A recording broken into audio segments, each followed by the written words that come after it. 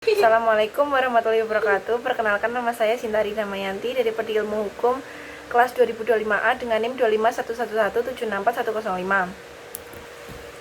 Saya akan menjelaskan materi lanjutan dari buku Ilmu Negara karya Suhino. Tokoh selanjutnya adalah Cicero. Cicero adalah seorang ahli pemikir terbesar tentang negara dan hukum dari bangsa Romawi. Ia hidup pada tahun 106 sampai 43 sebelum Masehi. Ia juga seorang ahli kesusastraan dan ahli pidato. Pernah pula ia menjadi seorang advokat. Dalam banyak hal ia meniru hasil-hasil karya dari sarjana-sarjana Yunani. Ini terjadi dari nama kedua buah buku karangannya yang sangat termasyhur, yaitu De Republica atau tentang negara dan De Legibus atau tentang hukum atau tentang undang-undang. Dalam kedua buah buku karangannya itu ternyata dengan jelas bahwa susunannya meniru susunan daripada buku-buku karangan Plato. Tetapi meskipun demikian, isinya jauh lebih kurang bernilai bila dibandingkan dengan buku-buku karangan Plato karena Cicero tidak banyak menunjukkan hasil pikirannya yang asli. Negara menurut Cicero adanya itu adalah merupakan suatu keharusan dan harus didasarkan atas rasio manusia. Ajaran Cicero ini sebetulnya meniru dan disesuaikan dengan ajaran kaum Stoa. Pengertian rasio di sini yang dimaksud oleh Cicero adalah rasio yang murni, yaitu yang dirasakan atau menurut hukum dalam kodrat.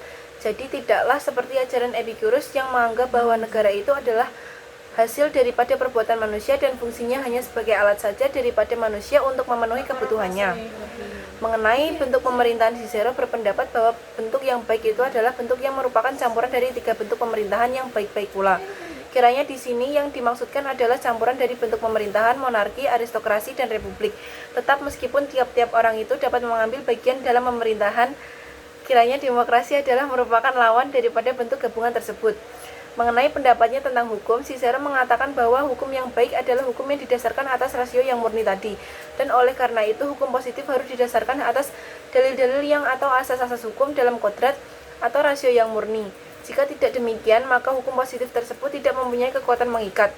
Bagi Cicero, hukum adalah satu-satunya ikatan dalam negara, sedangkan keadilan itu hanya dapat dicari melalui untuk keperluan keadilan itu sendiri tanpa dicampuri pamrih tertentu. Akan tetapi, hukum alam dengan kesusilaan atau moral yang berdasarkan alam kodrat itu tidak dapat dipisah-pisahkan satu sama lain. Demikianlah ajaran kaum Stoa itu selalu mempengaruhi cara berpikir tentang negara dan hukum. Hal ini ada pula pada Seneca. Tokoh yang ketiga adalah Seneca. Seneca yang pernah menjadi guru Kaisar Neo, ia meninggal pada tahun 65 sesudah Masehi. Pada waktu hidupnya Romawi telah mengalami kebobrokannya. Kekuasaan negara hanya tinggal pada kekuatan bala tentaranya. Raja-raja yang memegang pemerintahan telah rusak akhlaknya. Sedangkan orang hanya mempunyai kemungkinan menarik diri ke alam kebatinannya sendiri. Demikianlah juga yang dijalankan oleh Seneca. Mulai saat itu, orang mulai melepaskan diri dari adat kebiasaan luhur yang turun-temurun pada bangsa Romawi untuk mengabdi pada negara. Ini adalah merupakan suatu perubahan yang besar sudah orang berabad-abad lamanya memegang teguh adat kebiasaan yang demikian. Orang mulai menjauhkan diri dari urusan-urusan kenegaraan dan mendalami kebatinannya. Pemerintahan dari Kaisar Marcus Aurelius yang tersusun dengan baik pun menunjukkan ketidakmampuannya melawan perkembangan sejarah yang berdasarkan alam kodrat itu. Dengan demikian, kerajaan dunia Romawi yang bagaimanapun kuatnya dan yang disusun menurut sistem ketatanegaraan yang praktis dan secara yuridis tetap kaku, kerajaan ini jatuh dalam keadaan bobrok. Hal ini disebabkan karena adanya bagian yang lemah daripada susunan ketatanegaraannya, yaitu bagian soal etis. Juga kelemahan itu terdapat pada sistem atau politik pemerintahannya, yaitu sistem divide et impera. Oleh karena itu, Imperium Romawi tidak dapat mencapai kerajaan nasional yang mempunyai kesatuan adat kebiasaan, bahasa, agama, serta ketatanegaraan seperti kerajaan Yunani. Kerajaan Yunani dahulu sebagai negara yang kecil telah mempunyai kesatuan yang kuat yang dapat menaklukkan kekuasaan yang besar dari Persia. Tadi telah dikatakan bahwa kelemahan daripada bangsa Romawi juga terletak pada sistemnya, divide et impera. Karena di sini orang dapat mengalahkan tipu muslihat dan sebagainya, asal itu untuk kepentingan negara. Hal ini menyebabkan setelah bangsa-bangsa yang ditaklukkan itu menjadi sadar kembali mengadakan perlawanan terhadap Romawi. Inilah hal-hal yang menyebabkan kerajaan dunia Romawi menjadi terpecah belah dan jatuh. Setelah jatuhnya Imperium Romawi, maka sejarah pemikiran tentang negara dan hukum memasuki zaman abad pertengahan. Pemikiran tentang negara dan hukum abad pertengahan ini tidak secara langsung dikuasai oleh masalah-masalah keduniawian, terutama yang berhubungan dengan kepentingan-kepentingan material, dan bukan lagi dari sudut filsafat, melainkan ditinjau dari segi ketuhanan dan segi agama. Dan memang sesungguhnya lah bahwa perkembangan sejarah pemikiran tentang negara dan hukum pada zaman abad pertengahan ini berbarengan dengan timbul dan berkembangnya agama Kristen yang nantinya akan menimbulkan ajaran-ajaran tentang negara dan hukum yang bersifat teokratis. C. Zaman abad pertengahan. Di atas telah dikatakan bahwa setelah jatuhnya Imperium Romawi, sejarah pemikiran tentang negara dan hukum memasuki zaman baru, yaitu zaman abad pertengahan. Biasanya orang berpendapat bahwa abad pertengahan ini dimulai dengan tahun 476, yaitu tahun keruntuhan kerajaan Romawi Barat. Akan tetapi Agustinus, ahli pemikir besar tentang negara dan hukum yang menciptakan ajaran-ajaran baru pada zaman itu, hidup setengah abad lebih dahulu, yaitu pada tahun 354 sampai 430. Sedangkan jatuhnya kerajaan Romawi Barat yang ditandai dengan penutupan praktek tentang negara dan hukum dari bangsa Romawi baru terjadi setengah abad kemudian, dihitung dari tahun 476 tadi, yaitu dengan diselenggarakannya kodifikasi undang-undang oleh Raja Justinianus dari kerajaan Romawi Timur. Dengan runtuhnya peradaban bangsa Romawi, maka tidak dapat dihindarkan lagi keruntuhan ketatanegaranya. Sedang sebaliknya kekuasaan dari agama Kristen semakin berkembang terus dan kemudian menggantikannya, karena tidak sedikit kaisar-kaisar yang memberi hati kepada penganut-penganut agama Kristen ini. Maka kemudian timbul susunan organisasi gereja yang ada hubungannya dengan urusan-urusan keduniawian, yaitu suatu kekuasaan keduniawian yang semula ditolak oleh kaum gereja. Tetapi dalam perkembangan selanjutnya, hal ini merupakan suatu soal tidak dapat diabaikan. Pada zaman abad pertengahan ini tidak banyak memberikan kesempatan terhadap perkembangan pemikiran tentang negara dan hukum, serta ilmu-ilmu pengetahuan lainnya, karena cara orang berpikir pada zaman pertengahan itu kurang kritis. Segala hal di dunia ini selalu dikembalikan kepada asalnya, yaitu Tuhan. Jadi terjadinya segala sesuatu di dunia ini karena sudah dikehendaki oleh Tuhan. Dengan demikian, lenyaplah alasan yang kuat bagi orang untuk mengadakan pemikiran tentang negara dan hukum. Pemerintah kerajaan membiarkan segala sesuatunya di lapangan agama, kesusilaan, dan adat istiadat, asal saja hal itu semua tidak membahayakan kerajaannya, baik secara langsung maupun secara tidak langsung. Apa yang sejak semula menarik perhatian istimewa dari pemerintah kerajaan Romawi terhadap penganut-penganut agama Kristen tersebut adalah sikap yang istimewa dari mereka terhadap pemerintahan kerajaan. Sebab mereka tidak mau mengenal dan menerima sikap yang lazim terhadap aliran-aliran lain, dan berpendapat bahwa hanya mereka sajalah yang memiliki pengetahuan yang sempurna dan yang lebih tinggi artinya daripada yang lain-lain. Dan pendirian mereka sekali-kali tidak dapat atau tidak mau mengakui yang lain-lain itu sederajat. Dengan demikian, agama Kristen sejak semula telah menimbulkan persoalan-persoalan baru, yaitu persoalan tentang gereja dan negara. Ini yang antara lain dianggap oleh raja-raja sebagai alasan untuk mengejar, menangkap, dan mengusut secara kejam terhadap penganut-penganut agama tersebut. Tetapi hal ini semua tidaklah mematikan agama tersebut, melainkan malah makin menambah banyaknya penganut-penganut agama tersebut. Menurut penganut agama Kristen tadi, tidak ada kekuasaan di dunia ini yang harus ditaati secara patuh, karena pertama-tama yang harus ditaati adalah perintah Tuhan. Perintah penguasa hanya boleh ditaati apabila perintah itu tidak bertentangan dengan perintah Tuhan. Suatu aliran yang memperkuat ajaran agama ini adalah aliran skolastik, karena aliran skolastik ini menjelaskan bahwa ilmu itu harus mengabdi kepada agama. Jadi sudah mulai sejak pada permulaan zaman abad pertengahan, pandangan hidup itu sangat dipengaruhi oleh ajaran-ajaran agama. Lebih-lebih setelah agama Kristen ini diakui sebagai agama resmi daripada negara. Dan sebagai akibat daripada pengakuan ini, maka agama Kristen lalu mendirikan suatu organisasi yang kuat, yaitu organisasi gereja dengan dikepalai oleh seorang paus sebagai wakil daripada Tuhan untuk pemeluk agama Kristen itu sendiri. Tidak mempunyai kebebasan berpikir, oleh karena segala-galanya harus tunduk kepada perintah Tuhan. Dan kalau ada perintah-perintah Tuhan yang tidak terang, yang boleh menafsirkan hanyalah pemimpin-pemimpin gereja, khususnya paus. Semula memang gereja itu hanya mempersoalkan soal-soal agama saja, soal-soal keagamaan saja, tetapi lama-lama ikut mempersoalkan soal keduniawian, juga soal kenegaraan. Menurut pandangan yang teokratis dari agama Kristen ini, segala sesuatu yang ada di dunia ini adalah atas kehendak Tuhan, juga negara itu pada hakikatnya adalah atas kehendak Tuhan. Kalau ada pertentangan mengenai hakikat dan sifat daripada negara, pertentangan mengenai sifat-sifat kekuasaan dan lain sebagainya, maka pertentangan itu sebetulnya adalah pertentangan atau suatu perdebatan antara negara dengan gereja atau antara raja dengan paus. Sedangkan yang menjadi pokok pangkal pertentangan itu tidak lain adalah siapakah di dunia ini yang dianggap sebagai wakil daripada Tuhan. Tegasnya, siapakah di dunia ini yang mempunyai hak kekuasaan tertinggi yang dapat memutuskan dalam tingkat tertinggi dan terakhir, negara ataukah gereja, raja ataukah paus. Tetapi kiranya tidak boleh dilupakan bahwa sesungguhnya pada zaman abad pertengahan itu, semua orang telah sepakat bahwa yang mempunyai kekuasaan tertinggi itu adalah Tuhan. Hanya saja pelaksanaannya di dunia ini siapakah yang mewakilinya, raja ataukah paus. Inilah yang dipersoalkan. Mengenai hal ini ada yang mengatakan bahwa yang menjadi wakil Tuhan di dunia ini, jadi yang mempunyai kekuasaan tertinggi di dunia ini adalah raja. Tetapi ada pula yang mengatakan paus. Mereka menjadi penganut raja itu disebut kaum laikis, sedangkan mereka yang menganut paus disebut kaum kanonis. Dari masing-masing pihak ini tidak ada yang mau mengalah. Segala tulisan-tulisan dan perdebatan-perdebatan dan berkisar pada soal-soal keagamaan dan kekuasaan. Tetapi sekali lagi kita harus ingat bahwa perbedaan berpikir mereka itu hanya terletak pada siapakah dunia ini, khususnya di dalam negara itu, yang mempunyai kekuasaan tertinggi yang dianggap sebagai wakil daripada Tuhan, raja ataukah paus. Karena baik dari kaum laikis maupun kaum kanonis itu kedua-duanya berpendapat bahwa yang mempunyai kekuasaan tertinggi yang meliputi semesta ini adalah Tuhan, cuma pelaksanaannya di dunia ini siapakah yang mewakili. Kaum laikis mengatakan bahwa tidak hanya gereja saja yang mempunyai tugas dan tujuan etis, memelihara keadilan dan ketertiban hukum, tetapi negara juga mempunyai.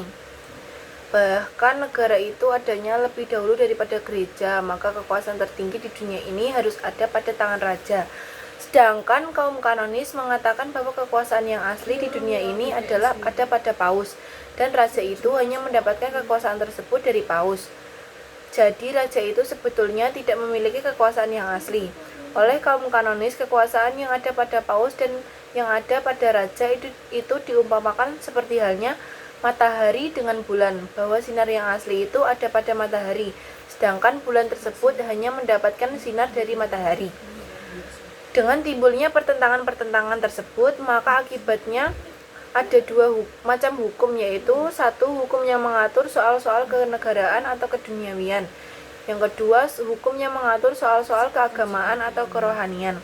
Dengan demikian juga terdapat dua macam kodifikasi hukum, yaitu yang pertama kodifikasi hukum yang diselenggarakan oleh Raja Theodosius dan juga oleh Raja Justinianus. Ini adalah kodifikasi daripada peraturan-peraturan yang dikeluarkan oleh negara. Kodifikasi ini disebut corpus juris. Dua, kodifikasi yang diselenggarakan oleh Paus Innocentius. Ini adalah kodifikasi daripada peraturan-peraturan yang dikeluarkan oleh gereja. Kodifikasi ini disebut corpus juris canonici. Yang penting bagi kita adalah corpus juris, karena ini mengenai peraturan-peraturan dari negara. Corpus juris ini terdiri dari 4 bagian, yaitu pertama, instituten. Ini adalah sebuah ajaran tetapi mempunyai kekuatan mengikat seperti undang-undang. Kalau dalam undang-undang itu mengenai sesuatu hal yang terdapat pengaturannya, maka pengaturan mengenai hal tersebut dapat dilihat dari dalam instituten tadi.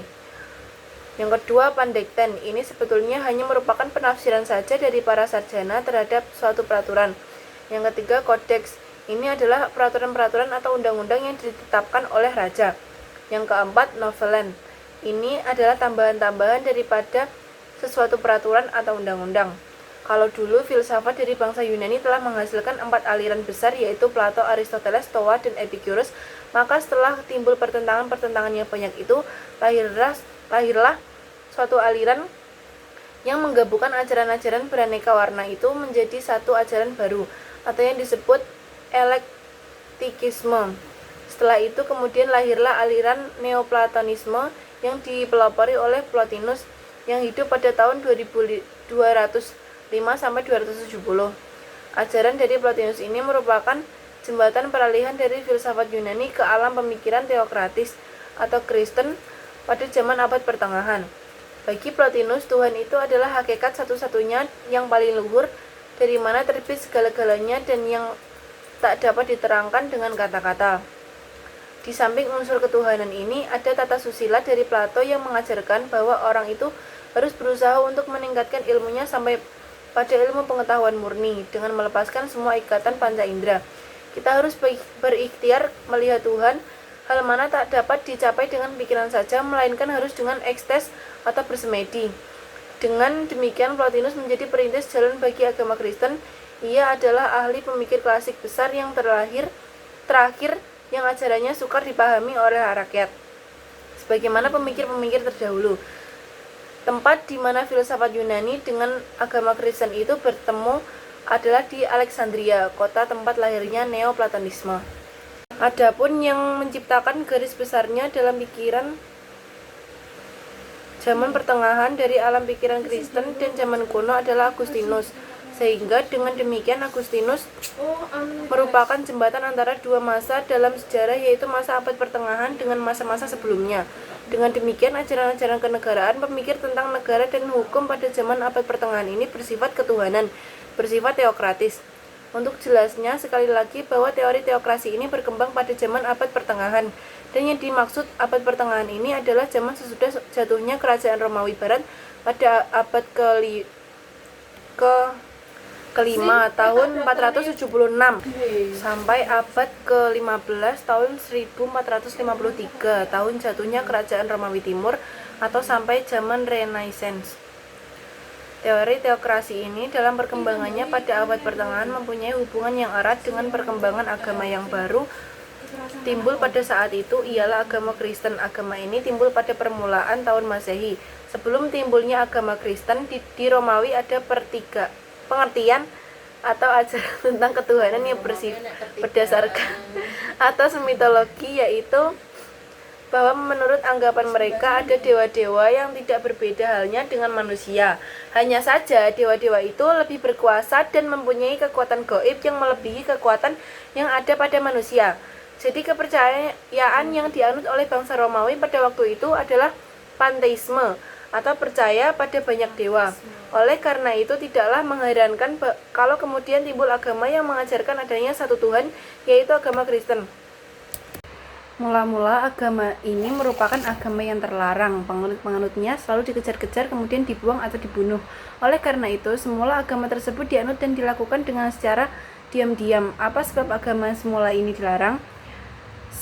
Sebabnya ialah bahwa seperti telah dikatakan di atas, agama Kristen itu mengajarkan adanya kepercayaan pada satu Tuhan. Ini adalah bertentangan dengan kepercayaan yang dianut oleh bangsa Romawi pada waktu itu, yaitu panteisme. Juga agama ini semula mengajarkan pandangan hidup yang mengancam kekuasaan serta kewibawaan raja. Misalnya orang yang tidak perlu mentaati peraturan-peraturan negara yang bertentangan dengan keyakinannya, lebih-lebih kalau peraturan negara itu bertentangan dengan ajaran-ajaran agama. Akan tetapi karena berkat ketabahan dan keuletan dari para penganut-penganutnya, lama-kelamaan agama ini tidak mati atau musnah, melainkan malahan mendapatkan lingkungan hidup yang makin meluas, dan akhirnya malahan dianut oleh pejabat-pejabat negara dan kemudian diakui oleh negara sebagai agama resmi daripada negara. Kaisar-kaisar kemudian memberikan perhatiannya kepada kaum Kristen ini. Kaisar Commodus yang hidup pada tahun 180 sampai 192 adalah yang pertama-tama menerima agama Kristen dan memperbolehkan para penganutnya berada di sekitarnya. Setelah agama Kristen ini diterima sebagai agama resmi daripada negara, kemudian tumbuhlah suatu susunan gereja sebagai bentuk organisasi daripada agama tersebut, yang ada hubungannya dengan soal-soal keduniawian dan kenegaraan, suatu kekuasaan yang semula ditolak sama sekali oleh gereja, karena semula gereja hanya berkecimpung dalam soal-soal keagamaan saja. Akan tetapi yang lambat laun soal-soal keduniawian dan kenegaraan itu dalam perkembangan agama selanjutnya merupakan suatu hal yang tidak dapat diabaikan. Susunan organisasi gereja tersebut yang dipimpin oleh seorang paus, organ-organnya menyerupai dengan organ-organ organisasi yang dipimpin oleh raja. Mulai saat itulah sesungguhnya timbul pokok persoalan, pokok pembicaraan daripada sarjana yang pada abad pertengahan para sarjana teokratis. Apakah pokok persoalan atau pokok pembicaraan tersebut? Tidak lain ini adalah seperti yang telah disebutkan di atas, yaitu siapakah di dunia ini yang dianggap sebagai wakil daripada Tuhan. Jadi yang memegang kekuasaan tertinggi, raja ataukah paus? Atau dengan kata lain, bagaimanakah perimbangan kedudukan serta kekuasaan negara dengan gereja itu? Siapakah di antara kedua organisasi ini yang memegang kekuasaan tertinggi? Oleh karena di antara kedua organisasi ini selalu timbul persoalan-persoalan yang bertentangan saja. Tetapi mengapa soal-soal ini dibicarakan? Telah terjawab di atas, yaitu dengan terbentuknya susunan organisasi gereja yang organ-organnya sama dengan organ-organ susunan organisasi negara. Maka di dunia ini terdapat dua organisasi kekuasaan, yaitu satu organisasi yang dikepalai oleh seorang raja, dua organisasi gereja yang dikepalai oleh seorang paus. Padahal kedua organisasi kekuasaan tersebut mempunyai subjek yang sama, yaitu manusia. Maka kalau tadi dikatakan bahwa di antara kedua organisasi kekuasaan itu selalu timbul pertentangan itu adalah pertentangan mengenai kekuasaan antara negara dengan gereja terhadap subjeknya. Tegasnya, siapakah yang mempunyai kekuasaan tertinggi di dunia ini terhadap subjeknya, yaitu manusia tadi.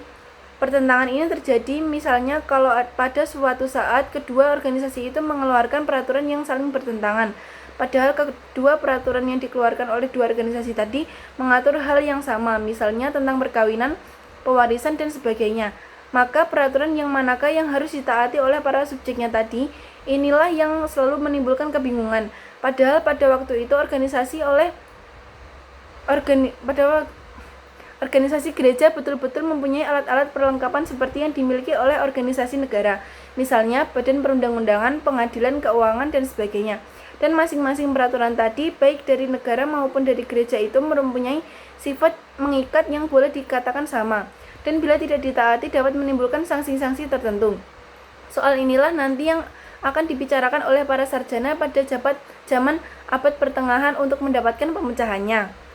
Tetapi sebelumnya membicarakan ajaran-ajaran dari para sarjana tersebut, baiklah diketahui terlebih dahulu bahwa zaman abad pertengahan yang berkembang selama lebih kurang 10 abad itu, yaitu dari abad ke-5 sampai dengan abad ke-15, sesungguhnya terbagi dalam dua masa, dua zaman. Pembagian tersebut ditandai dengan adanya atau terjadinya peristiwa besar, yaitu Perang Salib. Kedua zaman tersebut adalah satu zaman abad pertengahan sebelum Perang Salib, abad ke-5 sampai abad ke-12. Yang kedua, zaman abad pertengahan sesudah Perang Salib, abad ke-12 sampai abad ke-15. Dalam kedua zaman ini terdapat ajaran-ajaran tentang negara dan hukum yang saling berbeda. Pada zaman abad pertengahan sebelum Perang Salib, ajaran-ajaran tentang negara dan hukum yang ada sifatnya ialah sangat teokratis. Segala sesuatu didasarkan atas kehendak Tuhan. Hal ini terjadi karena dengan diakuinya agama Kristen tadi sebagai agama resmi daripada negara, orang atau warganya sangat patuh terhadap ajaran-ajaran agama tanpa ada persoalan apa-apa. Pendek kata, segala sesuatu yang ada di dunia ini adalah atas kehendak Tuhan. Maka akibatnya adalah tidak adanya pandangan-pandangan yang bersifat kritis terhadap segala sesuatu yang terjadi di dunia ini. Segala perbuatan pada waktu itu ditujukan untuk membela kepentingan-kepentingan agama dan gereja. Sedangkan pada zaman abad pertengahan sesudah Perang Salib, ajaran-ajaran kenegaraan, ajaran-ajaran tentang negara dan hukum yang ada telah banyak dipengaruhi oleh ajaran-ajaran dari sarjana-sarjana Yunani kuno, misalnya ajaran dari Plato dan Aristoteles. Hal ini disebabkan karena pada waktu terjadinya Perang Salib itu, banyak dari penganut-penganut agama Kristen yang pergi ke Timur Tengah, antara lain ke Palestina, dengan maksud untuk membela dan menyelamatkan makam-makam Kristen yang terancam. Dan disinilah mereka mulai mengenal kebudayaan dari zaman Yunani kuno, antara lain ajaran-ajaran kenegaraan dari Plato dan Aristoteles tadi. Setelah Perang Salib selesai, mereka kembali ke negaranya masing-masing dengan membawa kebudayaan Yunani kuno tadi yang sebelumnya tidak pernah dikenal di dunia Barat. Dengan demikian, maka mereka lalu mulai berpikir secara kritis terhadap keadaan-keadaan di sekitarnya, termasuk pula ajaran-ajaran mereka tentang negara dan hukum dan agama. Jadi mulai saat itu unsur rasio masuk ke dalam ajaran-ajaran kenegaraan lagi. Ini menyebabkan berubahnya cara berpikir mereka, yaitu dari cara berpikir yang bersifat teokratis mutlak pada abad pertengahan sebelum Perang Salib ke cara berpikir yang bersifat teokratis kritis pada abad pertengahan sesudah Perang Salib. Dari zaman abad pertengahan ini, ajaran-ajaran tentang negara dan hukum yang akan dibicarakan tidak banyak. Kita ambil yang pokok-pokok saja yang dapat dianggap mewakili ajaran-ajaran pada waktu itu. Dari zaman abad pertengahan bagian 1, zaman abad pertengahan sebelum Perang Salib, dari abad ke-5 sampai abad ke-12 adalah ajaran dari Agustinus dan Thomas Aquinas. Sedang dari zaman abad pertengahan bagian kedua, zaman abad pertengahan sesudah perang salib, dari zaman abad ke-12 sampai dengan abad ke-15 adalah ajaran-ajaran Marsilius. Yang pertama, Agustinus. Agustinus hidup pada tahun 354 sampai 430. Ia adalah seorang Kristen. Di dalam bukunya pengakuan ia telah menulis riwayat hidupnya sendiri. Di dalam buku itu dikatakan bahwa ia hidup dalam keadaan dualisme, maksudnya ia mengalami masa peralihan dari abad yang satu ke peradaban lain. Pada waktu hidupnya ia mengalami masa kebobrokan masyarakat yang disebabkan banyaknya pertentangan-pertentangan yang timbul, terutama pertentangan antara orang-orang yang menganut agama Kristen dengan orang-orang yang tidak beragama, antara kepercayaan adanya satu Tuhan yang Maha Agung dengan penyembahan kepada berhala. Lagi pula adanya peristiwa yang maha penting yang terjadi pada tahun 409, yaitu raja dari kaum Gota Barat yang bernama Alaric mengepung kota Roma, kemudian menyerbu dan mengadakan perampasan-perampasan. Terhadap peristiwa ini pendapat orang yang dapat berlainan. Sementara orang berpendapat bahwa karena Alaric sendiri seorang Arya yang menganut agama Kristen, peristiwa tersebut berarti suatu kemenangan agama Kristen atas penyembahan berhala. Jadi berarti suatu hukuman terhadap orang-orang yang mengadakan penyembahan kepada berhala.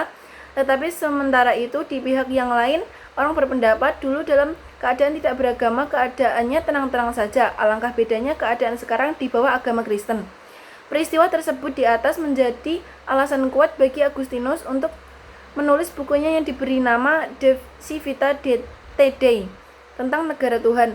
Isi pokok daripada bukunya tersebut ditujukan untuk mengadakan pembelaan terhadap agama Kristen serta berisi suatu polemik antara penganut-penganut agama Kristen dengan orang-orang tak beragama. Buku itu juga merupakan filsafat, sejarah, dan agama, ajaran tentang kepercayaan dan kesusilaan. Semula buku itu tidaklah dimaksudkan sebagai buku pelajaran untuk politik negara dan gereja. Meskipun akhirnya menjadi buku yang demikian, ini terbukti dari ajarannya mengenai perimbangan kedudukan atau kekuasaan antara negara dengan gereja, antara raja dengan paus. Menurut Agustinus, yang ajarannya sangat bersifat teokratis, dikatakan bahwa kedudukan gereja yang dipimpin oleh paus itu lebih tinggi daripada kedudukan negara yang diperintah oleh raja.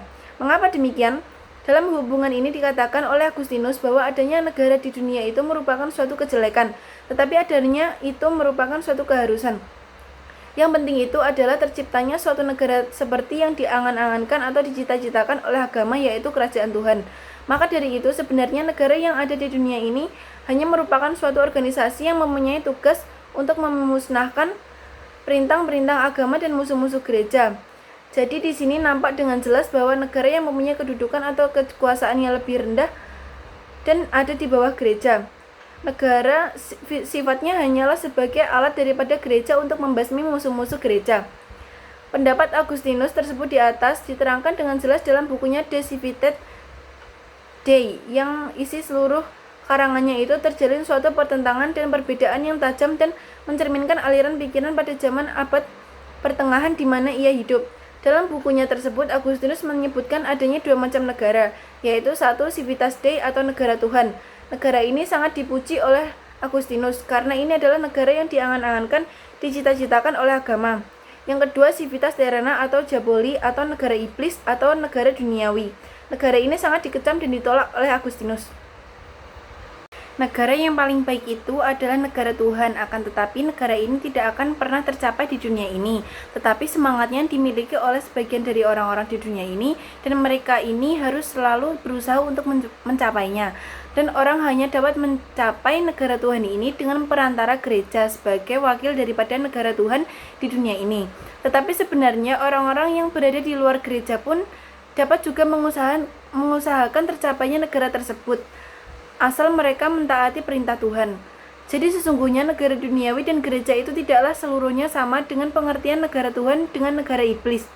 Akan tetapi kerajaan-kerajaan duniawi kebanyakan adalah Civitas Terrena atau Diaboli sungguh-sungguh. Sebagai bukti misalnya Romawi, demikian Agustinus yang selanjutnya dengan itu pula mengkritik pendapat Cicero dalam bukunya Republik, sebab di situ dirumuskan negara sebagai suatu bangsa. Sedangkan pengertian bangsa tidak pernah dikenal oleh kerajaan Romawi. Yang dikenal ialah pengertian orang yang dipersatukan karena perintah dari seorang penguasa. dan karena diadakannya perjanjian. Kerajaan Romawi tak pernah merupakan negara karena tak pernah pemerintahannya didasarkan atas keadilan. Karena itulah Romawi jatuh dalam kebobrokan yang sekaligus memperlihatkan bahwa mereka sangat bernafsu akan kemegahan dan keduniawian. Pun demikian, Agustinus selanjutnya mengatakan bahwa Cicero telah mengalami suatu kekhilafan karena ia berpendapat bahwa negara itu adalah merupakan penjelmaan daripada keadilan, sedangkan sesungguhnya keadilan itu hanya mungkin dapat dicapai dalam negara yang diperintah oleh agama, yaitu Civitas Dei. Seluruh pikiran Agustinus ditunjukkan kepada hari kemudian dengan mengesampingkan sejarah dari masa-masa yang lampau, dan pikirannya itu tidak lebih hanya merupakan pernyataan yang sifatnya samar-samar, artinya belum merupakan pengertian yang tegas. Seperti pendapat Agustinus yang menyamarkan antara pengertian negara dengan pengertian masyarakat, pula pendapatnya bahwa gereja dianggap sebagai panjangan daripada Civitas Dei di dunia ini yang luasnya meliputi seluruh dunia, dan kekuasaan keduniawian negara diperoleh dari pemberian gereja. Hal ini mengingatkan kita kepada teori dua pedang. Pada waktu itu, orang sedang ramai membicarakan mengapa kekuasaan paus, terutama sesudah perang salib, sangat terpengaruh oleh soal-soal keduniawian. Sedangkan pada saat itu baru saja dilahirkan suatu politik dari paus yang bersifat membebaskan gereja dari segala urusan keduniawian dan bertujuan memperdalam kehidupan keagamaan. Ini terjadi pada abad ke-12, dilakukan oleh kaum Cisterciensa di bawah pimpinan Bernard Clairvaux. Yang sesungguhnya ini hanya bersifat melanjutkan saja daripada gerakan Cluny di Burgundia yang terjadi pada abad ke-10. Terhadap kenyataan di atas, Bernard Clairvaux dalam bukunya yang diberi nama De Consideration atau perihal tinjauan kebatinan berpendapat bahwa paus yang mengejar tujuan keduniawian adalah bersifat budak dan tidak sesuai dengan martabatnya. Orang pada waktu itu juga sedang ramai membicarakan tentang hukum, tetapi yang dimaksud itu bukanlah hukum dari Tuhan, melainkan hukum dari Justinianus.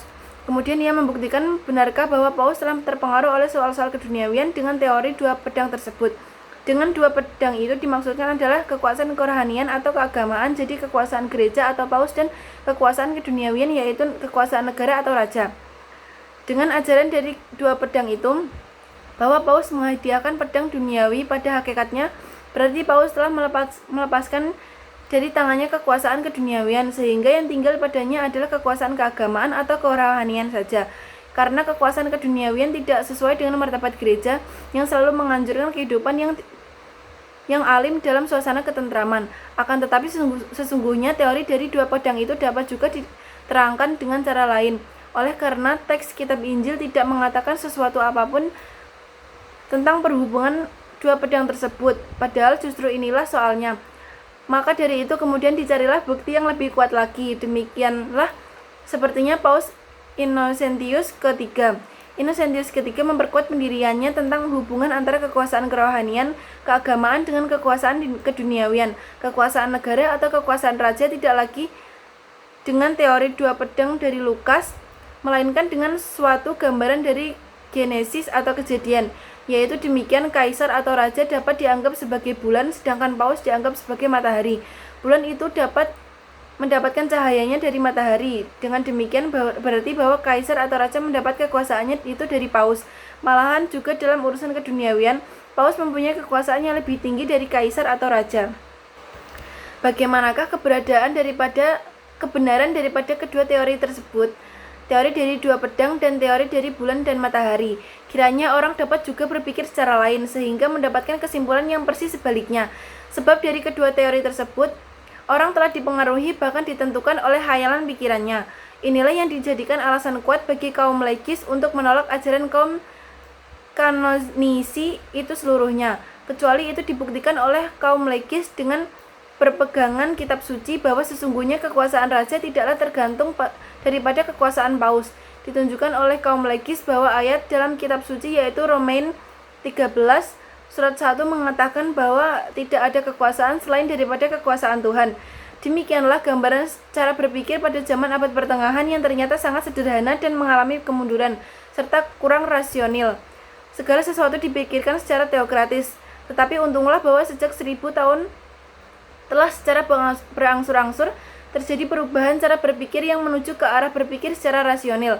Dengan demikian lahirlah filsafat dari zaman abad pertengahan di samping ilmu ketuhanan atau teologi yang telah ada. dari perbandingan antara kebenaran-kebenaran teologis dan kebenaran-kebenaran filosofis menimbulkan banyak perselisihan-perselisihan yang mengakibatkan suatu perkembangan dan perubahan-perubahan dalam alam pikiran orang. Ajaran filsafat dari zaman abad pertengahan tersebut disebut skolastik. Ajarannya bersifat memahamkan dan menjelaskan secara rasional daripada ajaran-ajaran yang telah dikeluarkan oleh gereja. Pencipta ajaran filsafat skolastik adalah Anselmus Canterbury yang hidup pada tahun 1033 sampai 1109. Dasar pokok daripada ajaran filsafatnya adalah bahwasanya orang itu harus percaya untuk dapat mengerti. Tetapi ini kemudian diubah oleh Abelard yang hidup pada tahun 1079 sampai 1142 menjadi sebaliknya, yaitu bahwa pengertian itu harus didahulukan daripada kepercayaan. Hal ini menyebabkan timbulnya pertentangan-pertentangan lagi yang sifatnya menuju kepada Renaissance. Sementara itu, kita menjumpai seorang ahli pemikir tentang negara dan hukum yang ajarannya dapat dikatakan menentang ajaran Agustinus. Orang tadi adalah John Salisbury. Ia hidup pada pertengahan abad ke-12, kurang lebih 1150. Menurut John Salisbury, negara itu seharusnya tidak hanya menciptakan perdamaian untuk kepentingan gereja, seperti yang diajarkan oleh Agustinus, yang pada waktu hidupnya memang selalu mengalami kebobrokan dan kebiadaban, yang menyebabkan dia menolak negara duniawi dan mengagung-agungkan ajaran-ajaran gereja, melainkan seharusnya menjamin pula keselamatan dan ketentraman kehidupan masyarakat. Maka mulai saat itu, yaitu abad ke-12, orang mulai memberikan harapan kepada masyarakat. Akibat daripada ajaran John Salisbury ini adalah lenyapnya ajaran dua pedang dan ajaran matahari dan bulan, yang menggambarkan secara tajam pertentangan antara kekuasaan negara dan kekuasaan gereja. Sebab mulai saat itu timbul kerjasama yang erat antara kekuasaan negara dengan kekuasaan gereja, karena keduanya merupakan bagian dari suatu kesatuan organis. Kesatuan itu terjadi karena gereja dianggap sebagai bagian dari organisme kenegaraan. Hal ini digambarkan dengan membuat suatu perbandingan sebagai berikut. Gereja diumpamakan sebagai jiwa daripada organisme, sedangkan raja sebagai kepalanya. Maka jiwa itu memimpin badan dan kepalanya. Hal mana dimaksudkan bahwa semangat gereja haruslah memimpin negara, tetapi demi martabatnya, gereja tidak boleh mencampuri urusan keduniawian. Oleh karena itu, urusan keduniawian harus dijalankan oleh negara. Dari segi sosial etis, John Salisbury berpendapat bahwa masing-masing orang itu bekerja untuk kepentingannya sendiri, maka kepentingan masyarakat akan terpelihara dengan baik. Bagaimana jika pendapat John Salisbury tersebut dibandingkan dengan pendapatnya Epicurus? Saya kira tidak dapat dipersamakan. Tegasnya, kedua pendapat tersebut sesungguhnya berbeda satu sama lain. Sebab kalau Epicurus dengan ajaran yang bersifat individualistis itu dimaksudkan untuk mengatasi kebobrokan masyarakat pada saat itu dengan memberikan pengutamaan kepada kepentingan individu daripada kepentingan masyarakat. Sebab kalau kepentingan individu itu terjamin, demikian juga keadaan kepentingan masyarakat. Dengan demikian, orang dapat mencapai tujuannya, yaitu kebahagiaan. Tetapi kebahagiaan tersebut yang dimaksudkan bukanlah kebahagiaan material, melainkan adalah kebahagiaan yang bersifat kejiwaan atau kerohanian. Sedangkan kalau John Salisbury dengan ajarannya yang mengatakan bahwa jika masing-masing orang itu bekerja untuk kepentingannya sendiri, maka kepentingan masyarakat akan terpelihara dengan baik.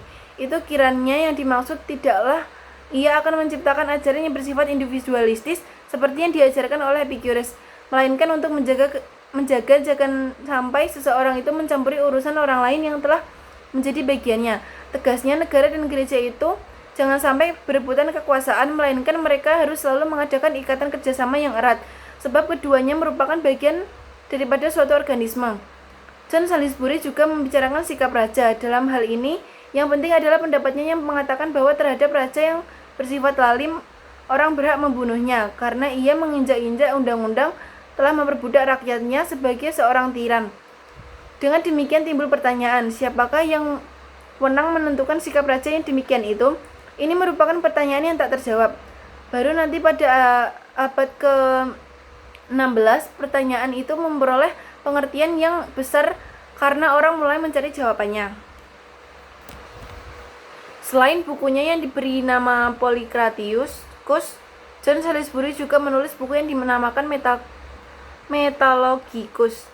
Buku yang pertama sebagian besar mengenai pembicaraan tentang negara dan hukum, sedangkan bukunya yang disebutkan belakangan itu berisikan tentang filsafat hukum. Jadi bukan mengenai negara dan hukum atau filsafat hukum. Pokok pembicaraannya adalah mengenai ajaran-ajaran universalia, ialah mengenai suatu persoalan yang sangat menarik orang pada zaman abad pertengahan bagian kedua. Orang berpikir sedemikian rupa sehingga menimbulkan dua aliran. Kedua aliran itu ialah realisme dan nominalisme. Yang terakhir ini adalah aliran yang bersifat modern. Realisme penganutnya disebut kaum realis dan perlu diperhatikan bahwa pengertian daripada istilah ini lain sekali dengan pengertian yang diberikan oleh orang pada masa sekarang berpikir secara neoplatonis. Artinya mereka itu berpendapat bahwa semakin umum sifat daripada sesuatu, maka semakin dekatlah hal atau sesuatu itu kepada ketuhanan. Dan makin nyata serta hal itu sungguh-sungguh terjadi. Sebab Tuhan adalah sesuatu yang paling umum yang dapat dipikirkan dan karena itu kebenaran yang paling besar. Sebagai contoh daripada pemikiran yang bersifat realistis adalah pemikiran dari Anselmus Canterbury dengan filsafat ontologinya yang membuktikan tentang adanya Tuhan. Terhadap sesuatu hal yang bersifat umum, itu suatu hal yang bersifat khusus, tidak mempunyai arti sendiri, melainkan hanya mempunyai arti yang ditarik dari pengertian umum tadi, sehingga sesuatu hal yang bersifat umum itu tidak dapat diganggu oleh bentuknya yang umum itu. Jadi aliran realisme berpendapat pada bahwa gambaran umum dari zaman abad pertengahan itu merupakan kebenaran yang tertinggi, yang tidak dapat diganggu-gugat oleh kebenaran khusus yang baru.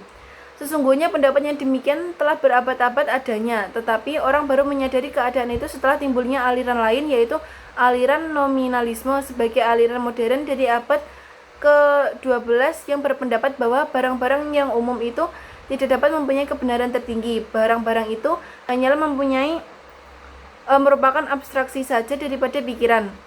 Hanya barang-barang yang khusus sajalah yang telah ditarik dari barang-barang yang umum dengan jalan pikiran yang logis yang merupakan kebenaran yang tinggi. Jadi barang-barang khusus yang baru itu sungguh-sungguh dapat mengganggu, dapat mempengaruhi, dan bahkan dapat merubah barang-barang yang umum.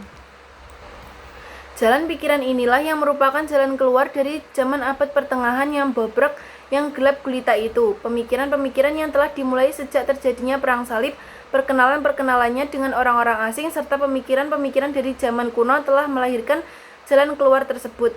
Terlebih setelah orang mengenal kembali ajaran Aristoteles, timbullah perubahan-perubahan besar itu, dan mulai saat itu pula timbul filsafat baru yang bersifat rasional. Maka timbul pula hasrat untuk memasukkan hal-hal yang baru itu ke dalam hal-hal yang lama, sehingga terjadilah suatu sistem yang dapat mempertahankan keseimbangan antara rasio dengan wahyu dan mempertahankan atau melangsungkan terus keselarasannya. Tujuan ini adalah merupakan kunci daripada ajaran filsafat sarjana yang kemudian menyusul, ialah Thomas Aquinas. Yang kedua ada Thomas Aquinas. Thomas Aquinas hidup pada tahun 1225 sampai 1274. Alam pikirannya tentang negara dan hukum dapat ditemukan dalam bukunya De Regimine Principum atau tentang pemerintahan raja-raja, dan dalam bukunya yang lain yang diberi nama Summa Theologica atau pelajaran tentang ketuhanan.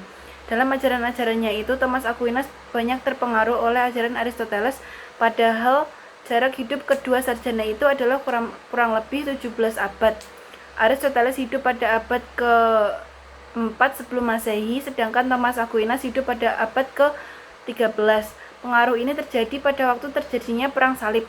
Pada waktu itu, orang-orang dari Eropa Barat banyak yang pergi ke Timur Tengah untuk menyelamatkan makam-makam Kristen. Disitulah mereka berkenalan dengan ajaran Aristoteles. Filsafat Thomas Aquinas bersifat finalistis. Ini berarti bahwa apa yang menjadi tujuannya itu dikemukakan terlebih dahulu, baru kemudian harus diusahakan supaya tujuan itu dapat tercapai. Manusia itu demikian pendapat Thomas Aquinas, yang dalam hal ini pengaruh Aristoteles terasa sekali. Menurut kodratnya adalah makhluk sosial, makhluk kemasyarakatan. Oleh karena itu ia harus hidup bersama-sama dengan orang lain dalam suatu masyarakat untuk mencapai tujuan yang sesungguhnya. Untuk itu diperlukan menggunakan akalnya, pikirannya yang telah diberikan kepadanya oleh kodrat alam, sebab akalnya itu memungkinkan baginya mengetahui apa yang berguna dan apa yang merugikan. Dari prinsip umum ini, ia dapat memperoleh pengetahuan tentang hal-hal yang khusus. Tidak setiap orang dapat memiliki pengetahuan itu. Pengetahuan itu hanya dapat diperolehnya dalam hidup bermasyarakat. Maka dari itu, hidup bermasyarakat merupakan suatu keharusan. Oleh karena kehidupan bermasyarakat itu biasanya mempunyai kecenderungan ke arah jurusan berpikir yang beraneka warna, terpencar-pencar, maka penting sekali adanya seseorang penguasa. Sebab penguasa ini seperti dikatakan oleh Salomo mempunyai tugas yang sama dengan jiwa dalam badan manusia. Penguasa yang baik adalah penguasa yang memikirkan tercapainya kepentingan umum. Jika tidak demikian, ia adalah penguasa yang lalim. Apa tujuannya ini? Tujuan manusia adalah identik dengan tujuan negara. Dan menurut Thomas Aquinas, kalau orang ingin mengetahui tujuan negara, ia harus terlebih dahulu mengetahui apa yang menjadi tujuan manusia itu. Tujuan manusia adalah mencapai kemuliaan abadi, yaitu kemuliaan abadi dalam waktu sesudah manusia itu mati. Jadi bukan kemuliaan abadi yang bersifat keduniawian. Kemuliaan abadi ini hanya dapat dicapai dengan tuntutan gereja. Lalu apa tugas negara di sini? Tugas negara dalam hal ini adalah membuka atau memberi kesempatan bagi manusia agar tuntutan dari gereja dapat dilaksanakan. Yang demikian ini berarti bahwa negara itu harus menyelenggarakan keamanan dan perdamaian agar masing-masing orang itu dapat menjalankan tugasnya sesuai dengan bakatnya dalam suasana ketentraman. Jadi tujuan negara itu memberi kemungkinan pada manusia agar dapat mencapai kemuliaan abadi. Disinilah letak kerjasama antara negara dan gereja. Hal ini sesuai dengan pendapat Thomas Aquinas tentang perimbangan kedudukan atau kekuasaan antara negara dan gereja yang dikatakan olehnya bahwa setiap organisasi negara yang dipimpin oleh raja mempunyai kedudukan yang sama dengan organisasi gereja yang dipimpin oleh paus. Hanya saja masing-masing organisasi itu mempunyai tugas yang berlainan. Tugas atau kekuasaan negara adalah dalam lapangan keduniawian, sedang tugas atau kekuasaan gereja adalah dalam lapangan kerohanian, keagamaan. Tetapi meskipun demikian, agaknya Thomas Aquinas belum dapat melepaskan pengaruh teokratisnya, karena selanjutnya ia mengatakan bahwa gereja merupakan persekutuan hidup yang sesungguhnya yang meliputi segala-galanya dan yang merupakan wakil daripada kerajaan Tuhan di dunia. Dan oleh karena hukum keduniawian didukung dan dilindungi oleh gereja, maka menurut kodratnya kekuasaan keduniawian harusnya tunduk kepada kekuasaan kerohanian demi tujuan manusia, yaitu mencapai kemuliaan abadi. Pendapat daripada Agustinus yang telah dikemukakan di atas sangat berbeda dengan pendapat Thomas Aquinas ini, yang sifatnya sudah agak progresif. Bedanya ialah kalau menurut Agustinus negara dengan gereja itu terpisah sama sekali, sedangkan kalau menurut Thomas Aquinas antara negara dengan gereja itu ada kerjasama yang erat. Negara didukung dan dilindungi oleh gereja untuk mencapai tujuannya.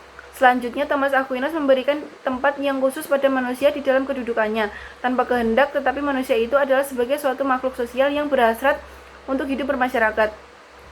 Ini disebabkan karena manusia itu mempunyai rasio dan tak dapat memenuhi kebutuhannya tanpa dengan bantuan orang lain.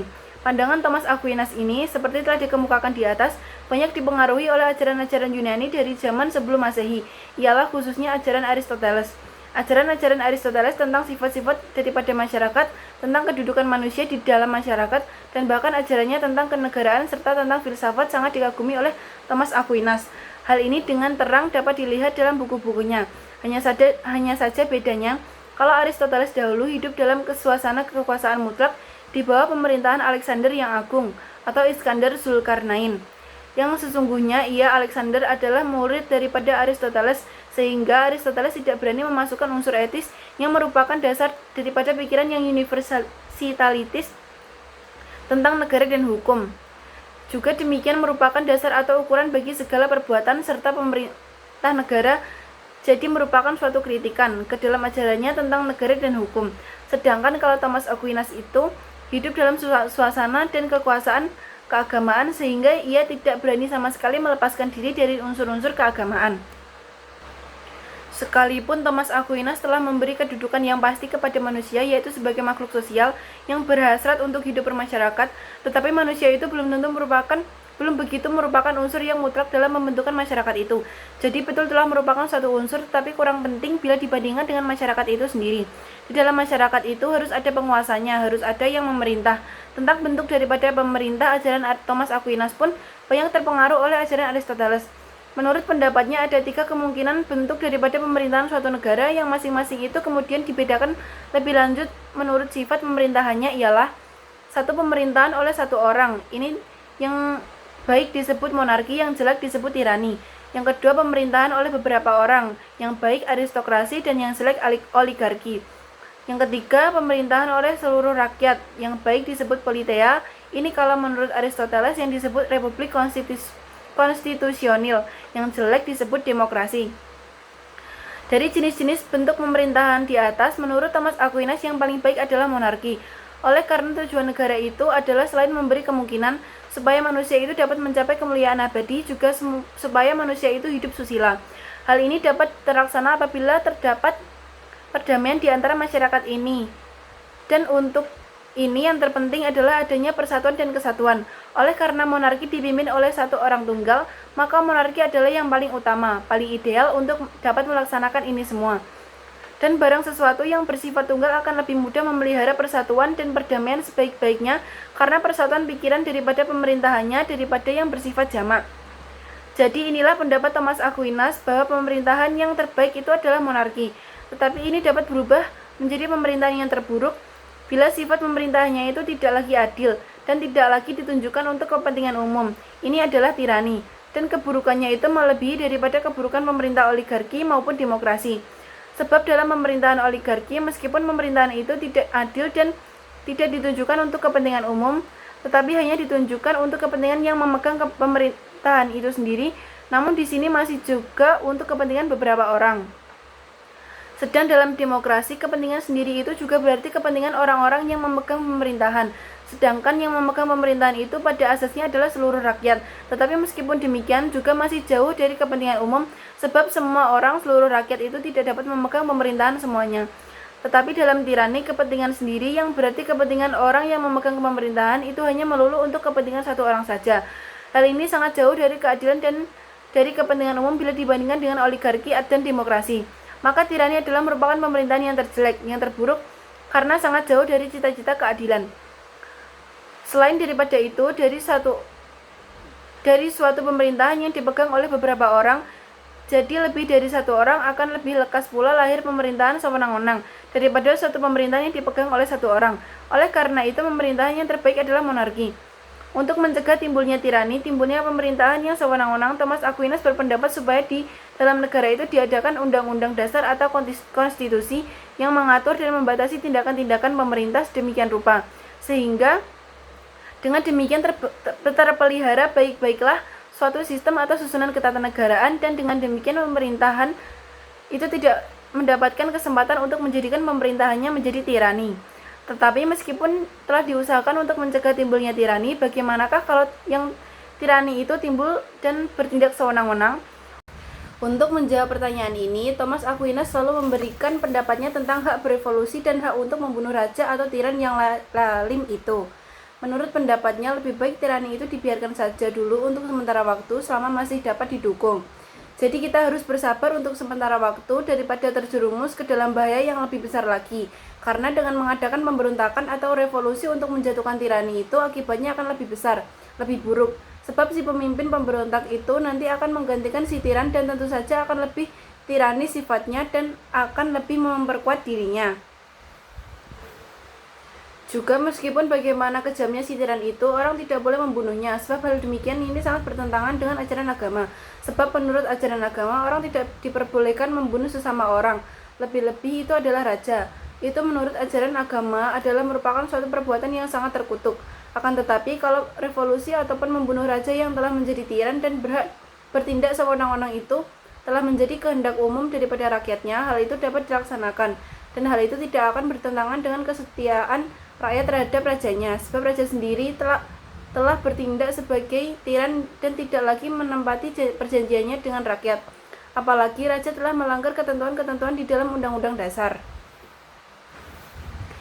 Menurut pendapat Thomas Aquinas, undang-undang atau hukum itu merupakan kesimpulan daripada rasio manusia dan tidak berbentuk kemauan. Maka sesuai dengan pendapat Cicero, undang-undang itu merupakan pokok pangkal dari pikirannya dan yang merupakan perintah dari rasio untuk kepentingan umum. Dan dari cara Thomas Aquinas memberikan ajarannya tentang keadilan dan hukum, memperlihatkan bahwa ia telah mempersatukan ajaran-ajaran Aristoteles, Stoa, Romawi dengan ajaran Agustinus tentang dasar kekuasaan yang bersifat teokratis.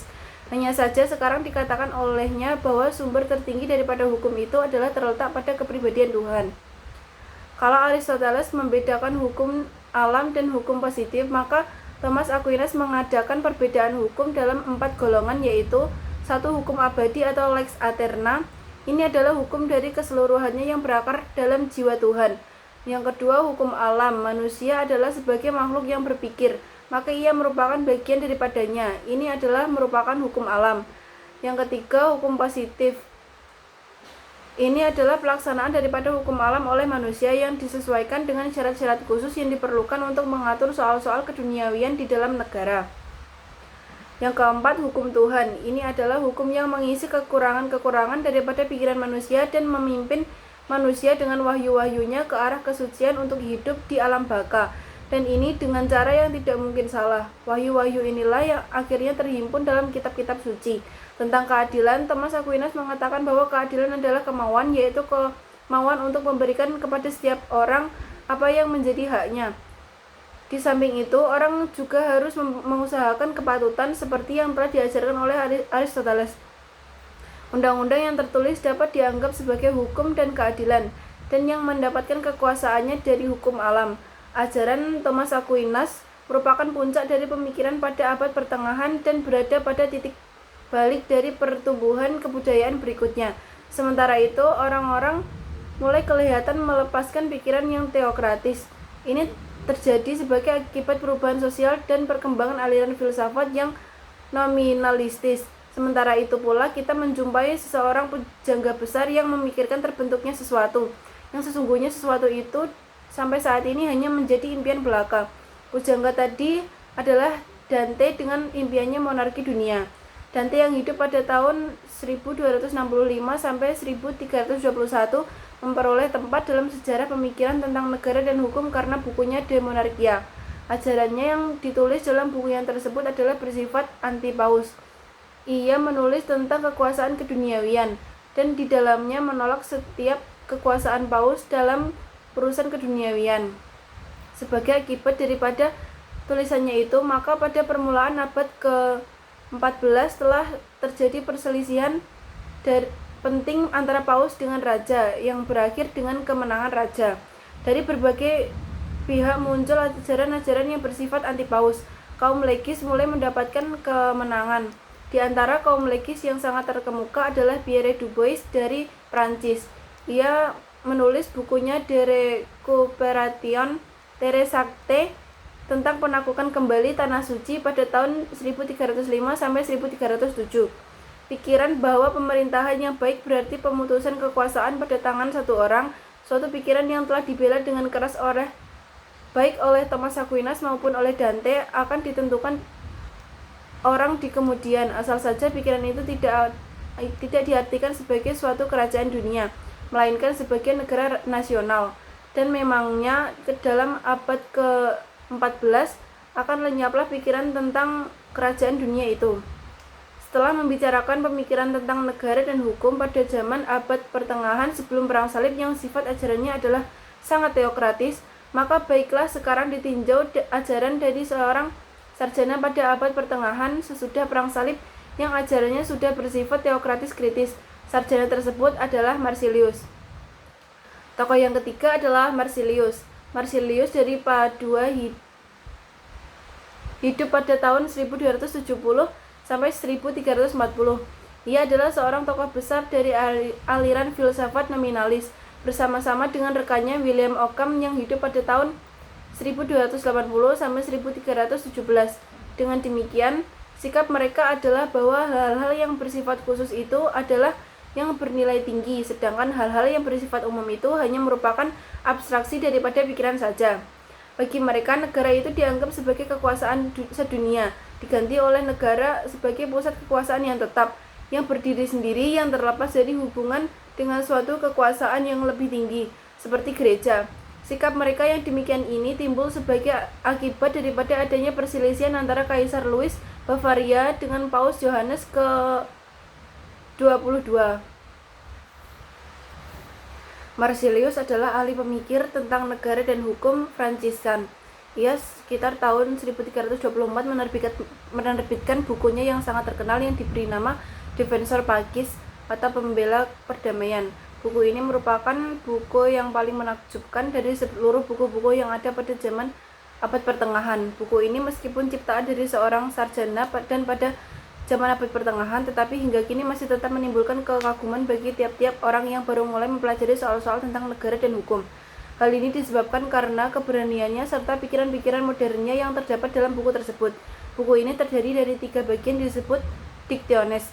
Buku yang pertama menguraikan tentang dasar-dasar negara. Buku kedua membentangkan dasar-dasar gereja dan sifat-sifat hubungan antara negara dan gereja. Buku ketiga hanya memuat kesimpulan-kesimpulan saja. Mengenai ajarannya tentang kenegaraan, Marsilius sangat dipengaruhi oleh ajaran Aristoteles. Negara adalah suatu badan atau organisme yang mempunyai dasar-dasar hidup dan mempunyai tujuan tertinggi, yaitu menyelenggarakan dan mempertahankan perdamaian. Dengan demikian, Marsilius bersama-sama dengan Dante adalah yang pertama-tama memberikan tujuan tersendiri pada negara. Ajaran dari Marsilius ini untuk selanjutnya adalah sangat berbeda dengan ajaran-ajaran Agustinus dan Thomas Aquinas.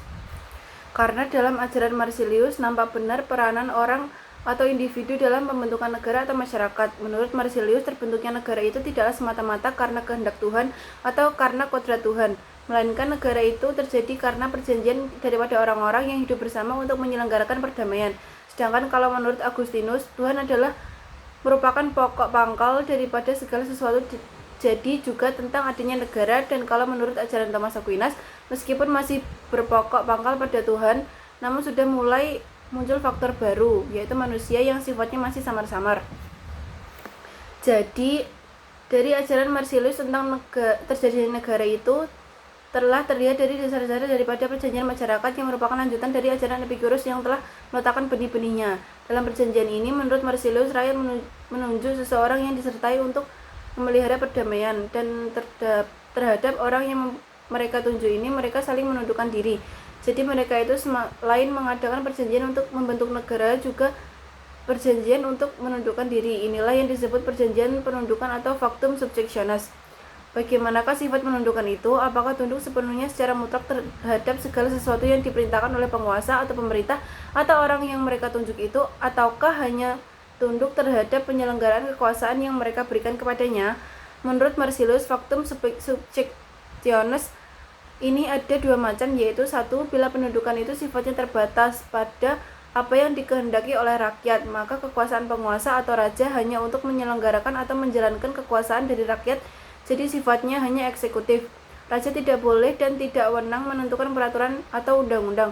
Yang menciptakan atau membuat peraturan dan undang-undang itu adalah rakyat sendiri. Penyerahan kekuasaan atau sifat penundukan yang demikian ini disebut concessio. Yang kedua, sedang kalau rakyat itu secara mutlak tunduk kepada penguasa atau raja yang mereka pilih itu, dan hak untuk membuat peraturan atau undang-undang itu ada pada tangan raja, maka kekuasaan yang mereka serahkan kepada raja itu tidak hanya bersifat eksekutif, melainkan juga bersifat konstitutif. Penyerahan kekuasaan yang demikian ini disebut translatio. Yang terakhir, inilah yang dianut oleh kaum glosatoran, yaitu orang-orang yang menyisipkan dan menambah hukum yang lama dengan hukum yang baru. Karena dengan demikian hukum dapat berkembang dan disesuaikan dengan kebutuhan-kebutuhan massa. Jadi demi kepentingan hukum, menurut kaum glosatoren, factum subjectionis harus bersifat translatio. Sedangkan menurut Marsilius, kekuasaan negara yang tertinggi itu ada pada tangan rakyat. Jadi kedaulatan itu ada pada rakyat, sebab rakyatnya lah yang berhak membuat peraturan-peraturan hukum atau undang-undang. Hal ini disebabkan karena negara itu merupakan kesatuan dari orang-orang yang bebas, yang merdeka. Jadi tidaklah mungkin seseorang itu menguasai orang lain secara mutlak. Jadi perimbangan antara kekuasaan rakyat dengan kekuasaan raja adalah rakyat yang berdaulat, raja yang melaksanakan kedaulatan rakyat. Jadi dengan demikian yang dianut Marsilius adalah factum subjectionis yang bersifat concessio. Seolah-olah dalam ajaran Marsilius ini unsur ketuhanan telah dilepaskan, tetapi dalam uraian-uraian selanjutnya ajarannya masih ada sifat teokratisnya, yaitu meskipun ia mengatakan bahwa terjadinya negara itu karena perjanjian, dengan factum subjectionis orang-orang itu membentuk suatu pemerintahan, tetapi orang-orang dapat mengadakan perbuatan yang demikian itu karena atas dorongan atau atas ilham dari Tuhan. Jadi seakan-akan Tuhan itu dari jauh mempunyai pengaruh, dan pengaruh ini yang menyebabkan orang-orang menjadi mengadakan perjanjian. Maka menurut Marsilius, Tuhan itu merupakan sebab yang jauh atau causa remota daripada terbentuknya negara.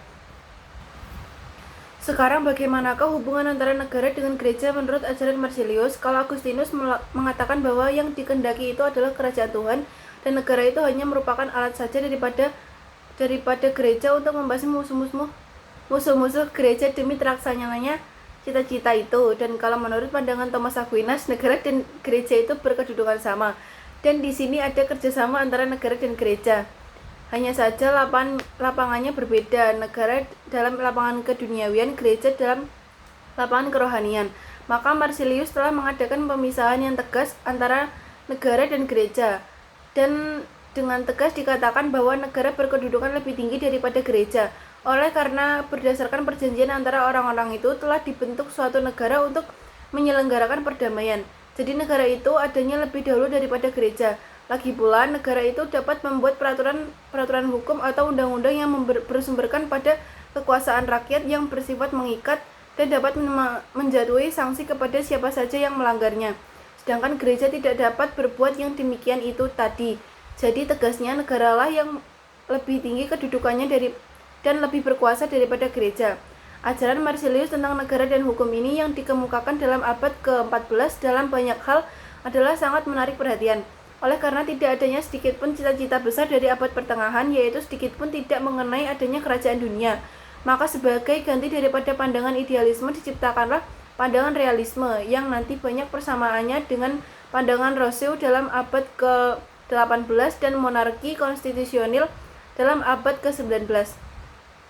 Lebih menarik perhatian lagi ialah sifat keberanian dan sikap bebas daripada Marsilius, tidak saja terhadap gereja melainkan juga terhadap kekuasaan atasannya, yaitu Kaisar Louis. Ia sama sekali tidak membicarakan soal kekuasaan kaisar karena pendiriannya tentang negara adalah seperti pandangan Aristoteles, yaitu negara, republik, demokrasi. Namun sebagai akibat daripada ajaran Marsilius ini, terutama pandangannya tentang hubungan antara negara dan gereja serta konsekuensinya dapat menimbulkan kekuasaan raja yang bersifat mutlak, dalam arti di dunia ini tidak ada yang mengatasi dan kekuasaan ini dapat meliputi apa saja. Jadi sifat mutlaknya itu baik dalam tingkahnya maupun mengenai luasnya, maka lalu timbul sistem-sistem pemerintahan yang bersifat absolut. Keabsolutannya itu dapat sedemikian rupa sehingga kalau dahulu pada zaman abad pertengahan raja itu terikat oleh ketentuan-ketentuan agama atau soal-soal etis, maka sekarang malahan raja itulah yang menentukan agama apa yang harus dianut oleh rakyatnya. Jadi kebebasan beragama boleh dikatakan sudah tidak ada lagi. Dengan timbulnya kekuasaan-kekuasaan raja yang absolut ini, yang mana raja tidak bertanggung jawab kepada siapapun kecuali pada Tuhan, maka lalu timbul penyalahgunaan kekuasaan, antara lain pengagangan dalam hal kepercayaan. Maka tidaklah heran kalau kemudian timbul gerakan-gerakan baru yang menentangnya. Tetapi aliran atau gerakan ini tidak bermaksud menghapuskan raja-raja. Jadi bukanlah anti raja, mereka itu hanya anti kekuasaan raja yang bersifat absolut. Karena ini mesti selalu menimbulkan ekses. Jadi ekses inilah yang mereka tentang. Aliran ini namanya monarkomaken. Kalau menurut arti kata yang sebenarnya, monarkomaken berarti anti raja. Tetapi sebenarnya yang dimaksud oleh kaum monarkomaken ini bukan anti raja, tetapi anti kekuasaan raja yang bersifat absolut, terutama eksesnya. Aliran inilah yang nanti akan membatasi kekuasaan raja dengan cara menguraikan kembali asal-usul daripada kekuasaan raja. Kalau teori teokrasi pada zaman abad pertengahan mengatakan bahwa kekuasaan raja itu berasal dari Tuhan, karena raja dianggap sebagai wakil Tuhan di dunia, sedangkan kekuasaan Tuhan itu bersifat absolut, jadi raja kekuasaannya juga harus absolut. Maka aliran monarkomaken ini lalu mencari dasar-dasar baru bagi kekuasaan raja. Tetapi sebelum membicarakan aliran monarkomaken ini lebih lanjut, baiklah dibicarakan terlebih dahulu bagaimana zaman berikutnya, yaitu zaman Renaissance. Karena akibat daripada ajaran-ajaran yang ada pada zaman ini kiranya akan sama dengan akibat daripada ajaran Marsilius tadi, yaitu pembentukan sistem pemerintahan sentral dan mutlak pada negara yang juga mengakibatkan timbulnya kekuasaan mutlak daripada raja. Jadi tegasnya akibat dari ajaran Marsilius dan akibat ajaran sarjana pada zaman Renaissance adalah sejajar, yaitu timbulnya absolutisme, dan ini nanti yang menimbulkan kaum monarkomaken dan kaum reformatif.